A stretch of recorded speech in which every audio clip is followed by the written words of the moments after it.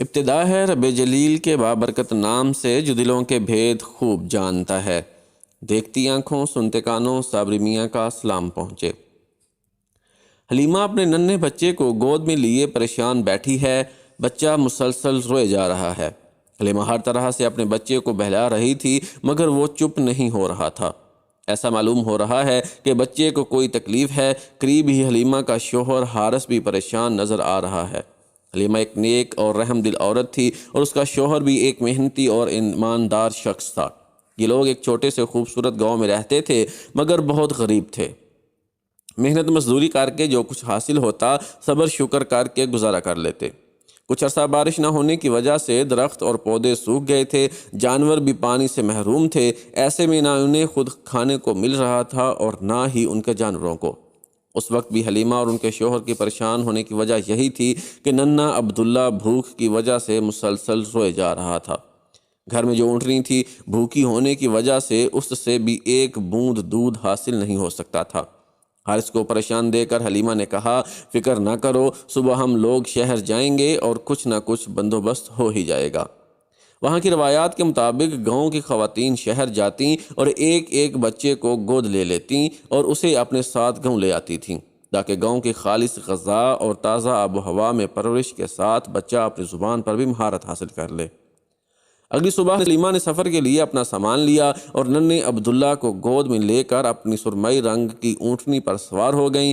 10 خواتین اور مردوں پر مشتمل یہ قافلہ شہر کی طرف روانہ ہوا۔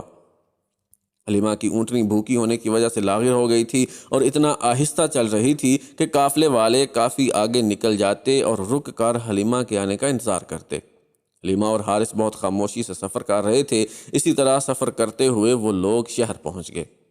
ہر کسی کی خواہش تھی کہ وہ کسی بڑے گھرانے کے بچے کو گود لے، مگر ہوا یہ کہ پہلے پہنچ جانے کی وجہ سے ساتھی عورتوں نے اپنے مطلب کے گھر تلاش کر لیے۔ حلیمہ کے پہنچتے پہنچتے صرف ایک بچہ رہ گیا تھا۔ وہ ایک یتیم بچہ تھا جسے تمام خواتین نے نظر انداز کر دیا کیونکہ بچے کا باپ وفات پا چکا تھا۔ بڑے دادا عمر کے اس حصے میں تھے جو زیادہ زندہ رہنے کی امید نہیں رکھ سکتے تھے۔ جہاں تک والدہ کا تعلق تھا وہ بھی کچھ زیادہ مالدار نہ تھیں۔ اس بچے کی وراثت میں بھی کوئی بہت زیادہ مال و دولت نہ تھا۔ غرض ایک طرف غریب بچہ تھا اور دوسری طرف غریب ترین دائی۔ تمام عورتوں کو بچے مل گئے اور روانگی کی تیاریاں ہونے لگیں۔ ایسے میں حلیمہ نے اپنے شوہر سے مشورہ کیا کہ اپنے ساتھیوں کے ساتھ بچہ لیے بغیر واپس جانا اچھا نہیں لگتا، اس لیے میں اس یتیم بچے کو ہی لے آتی ہوں۔ شوہر نے جواب دیا، جیسا چاہو کرو، کیا معلوم اللہ اس کے ذریعے ہی ہم پر رحمت نازل کر دے۔ حلیمہ اس وقت واپس بچے کے دادا کے پاس گئیں اور ان سے بچے کو مانگا۔ دادا نے بچے کی والدہ کے پاس حلیمہ کو بھیج دیا۔ حلیمہ نے جو بچے کو دیکھا تو وہ عام بچوں سے زیادہ خوبصورت تھا۔ انہوں نے بچے کو گود میں لے کر اسے پیار کیا اور گود میں لیے اسے اپنی سواری کے پاس آ گئیں اور واپسی کا سفر شروع کیا۔ ابھی کچھ ہی دیر چلے تھے کہ ساتھی عورتوں کی آواز آئی کہ ذرا آہستہ چلو، ہمارا بھی خیال کرو۔ اے حلیمہ، کیا یہ وہی سواری نہیں جس پر تم شہر آئی تھی اور جسے ایک قدم چلنا بھی مشکل تھا؟ آخر یہ لوگ اپنے علاقے بنی سعد میں واپس پہنچے۔ حلیمہ کے شوہر نے جب اپنی اونٹنی کو دیکھا تو اس کے تھن دودھ سے بھرے ہوئے تھے۔ انہوں نے اس کا دودھ دھویا اور اسے خود بھی پیا، حلیمہ کو بھی پلایا اور حلیمہ کے بچے اور اس یتیم بچے کو بھی۔ اس کے بعد تمام جانوروں کو چرنے کے لیے میدان میں چھوڑ دیا، مگر بارش نہ ہونے کی وجہ سے ہر جگہ سوکھی پڑی تھی، نہ ہی کہیں سبزہ تھا اور نہ ہی پانی کی ایک بوند۔ جانوروں کو ٹھیک طرح سے چارہ نہ ملنے کی وجہ سے بیچارے لاغر ہو رہے تھے اور ان میں سے کوئی بھی ایک قطرہ دودھ نہیں دے رہا تھا۔ مگر یہ کیا؟ لوگوں نے حیرت سے دیکھا کہ حارث کی بکریاں بھی انہی جانوروں کے ساتھ گئی تھیں اور انہی میدانوں میں گئی تھیں جہاں دوسرے جانور گئے تھے، مگر دوسرے جانوروں کے برعکس ان کے تھن دودھ سے بھرے ہوئے تھے اور پیٹ چارے اور پانی سے۔ یہ ایک دن نہیں ہوا، دوسرے دن بھی یہی ہوا۔ آخر تیسرے دن لوگ ایک دوسرے سے بول پڑے کہ تم اپنے جانوروں کو اسی جگہ کیوں نہیں چرانے لے جاتے جہاں حلیمہ اور حارث کے جانور جاتے ہیں؟ مگر انہیں یہ نہیں معلوم تھا کہ یہ چراگاہ کا کمال ہے یا کسی اور کی برکت، اور یہ برکت کوئی ایک دن کی بات نہ تھی بلکہ روزانہ کا معمول تھا۔ دودھ میں برکت اور رزق میں فراوانی۔ بچہ عام بچوں کی نسبت اچھی صحت اور مضبوط جسم کا تھا اور 9 ماہ میں بہت صاف گفتگو کرنے لگا تھا۔ جب 2 سال مکمل ہوئے تو بچے کو وہاں کے قاعدے کے مطابق اس کی والدہ کے پاس لے گئے اور خواہش ظاہر کی کہ یہ بچہ کچھ عرصہ اور ہمارے پاس رہے تاکہ شہر کی بیماریوں اور وباؤں سے محفوظ رہے۔ دراصل دونوں میاں بیوی بچے سے محبت تو کرتے ہی تھے، ساتھ ہی اپنی ساری خوشحالی کا سبب اس بچے کو سمجھتے تھے۔ بچے کی والدہ پہلے تو راضی نہیں ہوئی، مگر برابر اصرار کرنے پر راضی ہو ہی گئیں، اور وہ دونوں بچے کو واپس اپنے قبیلے بنی سعد لے آئے۔ مگر کچھ ایسا واقعہ پیش آیا کہ حارث اور حلیمہ ایک دم گھبرا گئے اور فیصلہ کیا کہ بچے کو جتنی جلدی ممکن ہو اس کی والدہ کے پاس پہنچا دیا جائے۔ تو حلیمہ نے بہانہ کر کے بچے کو والدہ کو واپس کرنا چاہا، لیکن انہیں اس بہانے سے تسلی نہ ہوئی اور اصل وجہ حلیمہ کو بتانی ہی پڑی۔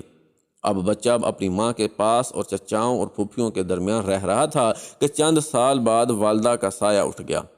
اب دادا اس کا اور بھی زیادہ خیال رکھنے لگے اور ان کی محبت پہلے سے بھی زیادہ بڑھ گئی، مگر دادا دن بدن کمزور ہو رہے تھے اور ضعیفی بھی بڑھ گئی تھی، اور یوں ایک دن دادا بھی اپنے لاڈلے پوتے کو چھوڑ کر اپنے رب کی طرف چلے گئے۔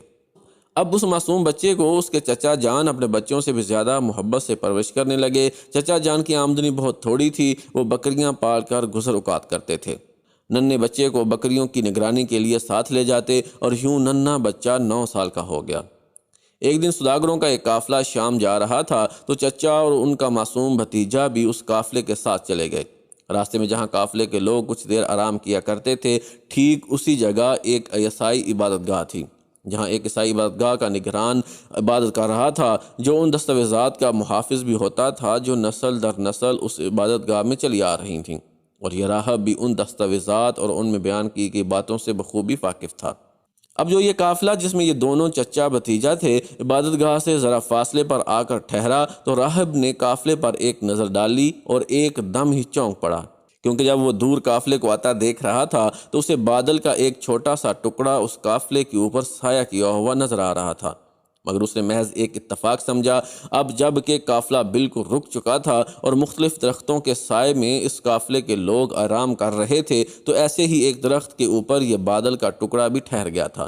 یہ دیکھ کر راہب جو پہلے بڑی دلچسپی سے قافلے کو آتا دیکھ رہا تھا اب ایک دم ہی چونک گیا، اور پھر اس عیسائی راہب کے تجسس نے مزید زور پکڑا کہ اس کے ذہن میں ایک تجویز بھی دے گیا۔ راہب نے اس قافلے والوں کو کھانے کی دعوت دی اور کہلوایا کہ میری خواہش ہے کہ تم میں سے ہر ایک جوان یا بوڑھا، غلام یا آزاد میرے یہاں کھانے کے لیے آئے۔ سب قافلے والے دعوت میں شرکت کے لیے عیسائی راہب کے یہاں پہنچے۔ جیسے جیسے لوگ عبادت گاہ کے اندر داخل ہو رہے تھے عیسائی راہب ہر ایک چہرے کو غور سے دیکھتا، لیکن جو بات وہ ان لوگوں میں تلاش کر رہا تھا وہ اسے نہیں مل رہی تھی۔ غالباً تمام لوگ نہیں آئے۔ راہب کو خیال آیا کہ میں نے کہا تھا کہ کسی کو چھوڑ کر مت آنا۔ راہب نے قافلے والوں سے کہا کہ ایسا کوئی بھی نہیں ہے جسے ہم نے پیچھے چھوڑا ہو، سوائے ایک لڑکے کے جو ہم میں سب سے چھوٹا ہے۔ قافلے والوں نے جواب دیا، اس کے ساتھ اس طرح کا سلوک نہ کرو اور اسے بلاؤ، اس کا یہاں آنا ضروری ہے۔ راہب نے قدر ناراضگی سے کہا کہ اس پر قافلے والوں کو شرمندگی کا احساس ہوا اور وہ لڑکے کو دعوت پر بلا لائے۔ لڑکے کے چہرے پر ایک نظر ڈال کر ہی راہب کو اپنی تلاش مل گئی۔ کھانے پینے کا سلسلہ شروع ہوا۔ راہب لڑکے کے چہرے کا جائزہ لیتا رہا۔ کھانے کا سلسلہ ختم ہوا تو راہب کم عمر مہمان کے پاس بیٹھ گیا اور مختلف سوالات کرتا رہا۔ نو عمر لڑکا بڑے مناسب اور صاف گوئی سے جواب دیتا رہا اور کسی قسم کی جھجک محسوس نہ کی۔ اس نے اس کی ابا کاندھے سے اٹھا کر پیٹھ دیکھنے کی خواہش کی۔ اسے بچے کی باتوں سے یقین آ گیا تھا مگر مطمئن ہونا چاہتا تھا۔ بچے کی پیٹھ پر نشان دیکھنے کے بعد راہب نے اس کے چچا سے سوال کیا، بچے سے تمہارا کیا رشتہ ہے؟ چچا نے جو کہ اپنی اولاد سے بڑھ کر اس کی پرورش کی تھی اس لیے جواب دیا کہ یہ میرا بیٹا ہے، یہ تمہارا بیٹا نہیں ہے۔ راہب نے پورے یقین سے کہا کہ یہ ممکن ہی نہیں کہ اس کا باپ زندہ ہو، یہ میرے بھائی کا بیٹا ہے۔ چچا نے جواب دیا، پھر اس کا باپ کہاں رہ گیا؟ راہب نے ایک اور سوال چچا سے کیا، وہ انتقال فرما گئے تھے جب اس کی پیدائش نہیں ہوئی تھی۔ یہ بالکل سچ ہے۔ راہب نے فوراً تصدیق کی، اپنے بھائی کے بیٹے کو فوراً اپنے ملک لے جاؤ اور یہودیوں سے بچا کر رکھو۔ میں اللہ کی قسم کھا کر کہتا ہوں اگر وہ اسے دیکھ لیں اور جو کچھ میرے علم میں ہے وہ بھی جان جائیں تو اس کو نقصان پہنچ سکتا ہے۔ تمہارے بھائی کے اس بیٹے کے لیے قدرت نے اپنے خزانے میں بڑی عظمتیں سنبھال کر رکھی ہوئی ہیں۔ راہب نے اپنی تعلیمات کے مطابق صاف صاف چچا جان کو ہر بات بتائی، اور پھر وہ وقت بھی آیا جب اس لڑکے کو اللہ نے اپنے آخری نبی صلی اللہ علیہ وآلہ وسلم کی حیثیت سے منتخب کیا۔ جی ہاں، محمد صلی اللہ علیہ وآلہ وسلم ہمارے پیارے نبی، جنہوں نے اپنی تمام زندگی اس فرض کو انجام دینے میں لگا دی جس کے لیے اللہ تعالیٰ نے انہیں بھیجا تھا۔